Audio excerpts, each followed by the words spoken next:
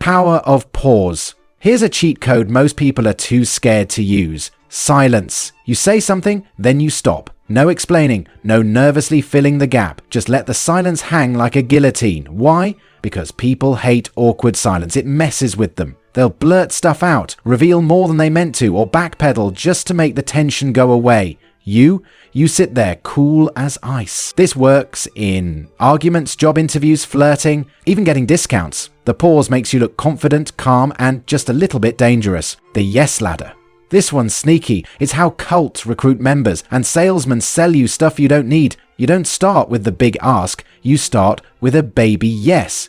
Do you care about your health? Would you like to save money? Do you believe in being a good person? Of course they say yes. Who wouldn't? But here's the trick. Every little yes gets their brain used to agreeing with you. And by the time you drop the real question, the one that actually matters, they're already nodding like a bobblehead. It's not persuasion, it's conditioning. You're not convincing them. You're walking them up the ladder, one step at a time. Mirror technique.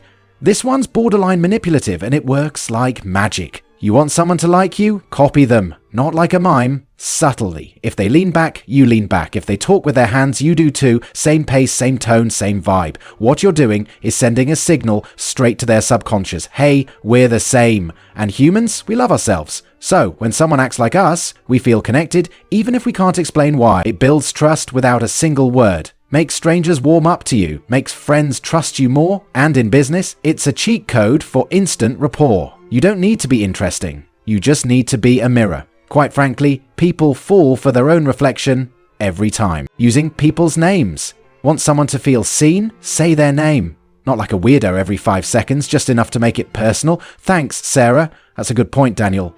Boom. Dopamine hit.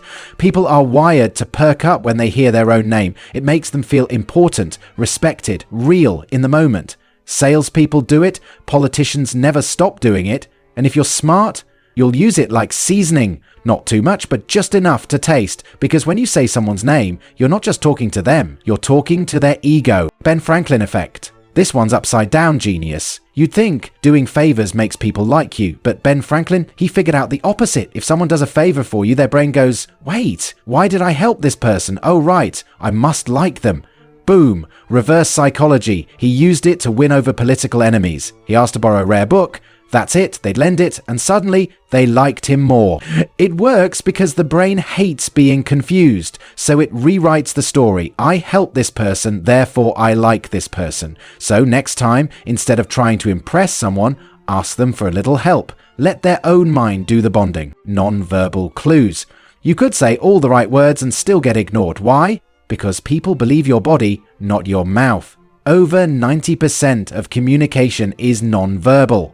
Slouched shoulders, you look unsure. No eye contact, you look shady. Crossed arms, you look defensive.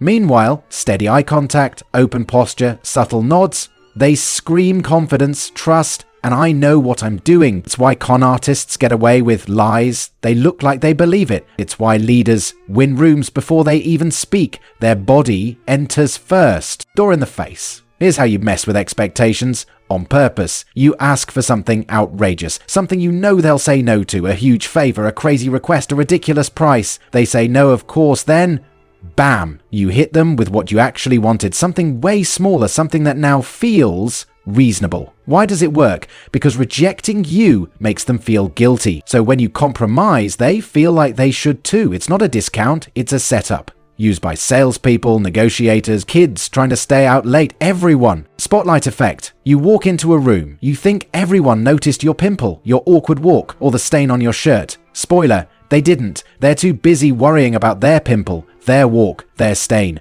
That's the spotlight effect. Your brain convinces you that everyone's staring at you, when really they're trapped in their own head. It's a mental illusion that kills confidence, stops you from taking risks, and makes you think people care way more than they do. But here's the truth. Most people won't even remember what you wore yesterday. They're not watching your life like it's a movie. They're stuck being the main character in theirs. Quite frankly, once you realize nobody's paying that much attention, you become unstoppable.